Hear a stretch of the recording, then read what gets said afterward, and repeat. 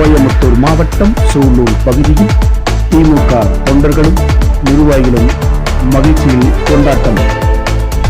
கடந்த 2023ஆம் ஆண்டு அமலாக்கத்துறையால் கைது செய்யப்பட்டு சிறையில் இருந்த முன்னாள் அமைச்சர் செந்தில் பாலாஜி ஜாமீனில் 417 நாட்களுக்கு பிறகு விடுதலையாகி வந்தார். அவரை வரவேற்கும் பொருட்டும் விடுதலையாகி வெளியே வந்த செந்தில் பாலாஜிக்கு உற்சாக வரவேற்பு அளிக்கின்ற வகையிலும் சூலூர் பேரூராட்சி தலைவர் தேவி மன்னவன் தலைமையில் பட்டாசுகள் வெடித்தும் பேருந்து பயணிகள், பொதுமக்கள், வாகன ஓட்டிகளுக்கு இனிப்புகள் வழங்கியும் கொண்டாடினர். இந்த நிகழ்வில் சூலூர் பேரூராட்சி தலைவர் தேவி மன்னவன், பேரூராட்சி மன்ற உறுப்பினர்கள் மற்றும் திமுக கழக